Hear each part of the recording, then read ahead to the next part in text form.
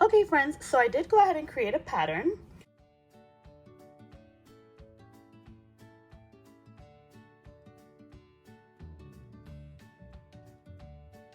With this pattern, I went ahead and cut out 2 pieces of my outer fabric for my mask, and then I went ahead and cut out 2 pieces of my inner lining fabric as well. Now, if you notice that the inner lining fabric, it's a little bit shorter than the outer fabric, and that's done on purpose.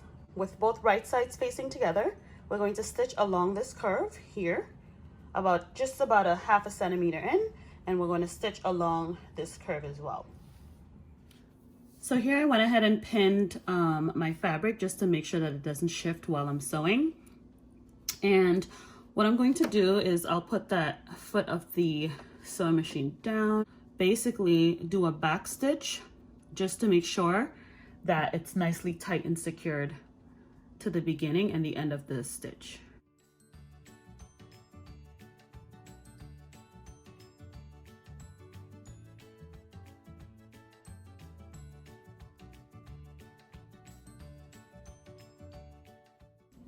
And there we have it, a nice, beautiful stitch.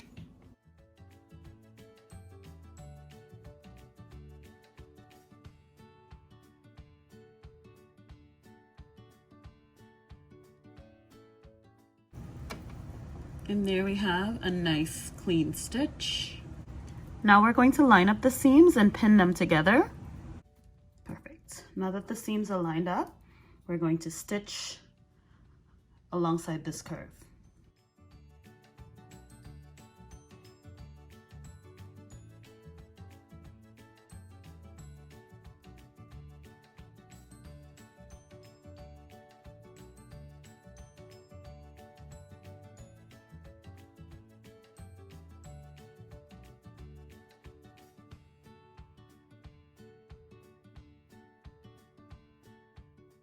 What I'm going to be doing now is I am going to be turning this inside out.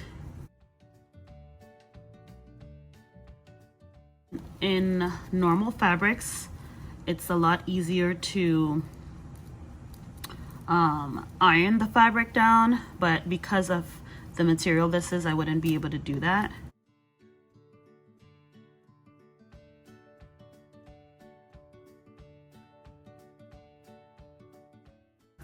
So these 3 little stitches that I did is going to keep the lining in place with the actual fabric of the outer mask. Okay, so I'm going to teach you guys a sewing hack. Because this material is really rough, it's going to be very hard to actually go through the feeder here in the sewing machine. You don't want your sewing machine to get jammed or your needle to break. You can literally take a piece of paper and we are going to fold the fabric over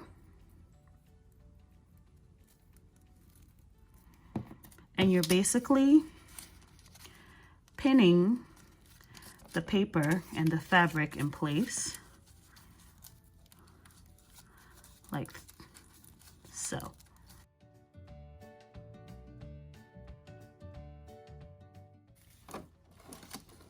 Now, because the fabric is thicker, you may have to pull on the actual paper a little. And you want to make sure you eyeball it really well, so that way you know exactly where you're stitching.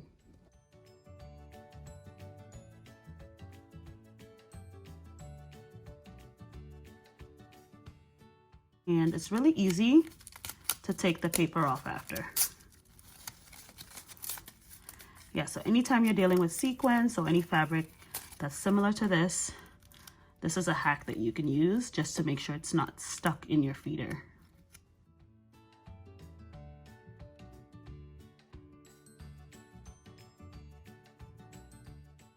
Now I'm going to take a safety pin and I'm going to run it through the side of this elastic. Make sure I fasten it. And I'm just going to feed it through that little space. Please excuse my nails. I cooked curry today, so my nails are yellow and I'm gonna be doing them over soon. So I'm going to pin this in place. For this one, I'm going to pretty much remove the foot of the sewing machine since the elastic is so small. I just want to be able to see exactly what I'm doing.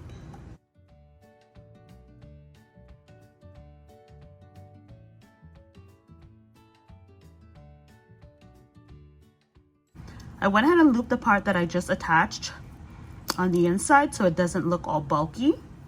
And this is our air strap. I'm gonna go ahead and repeat the steps on this side, and then I will be back with my finished mask.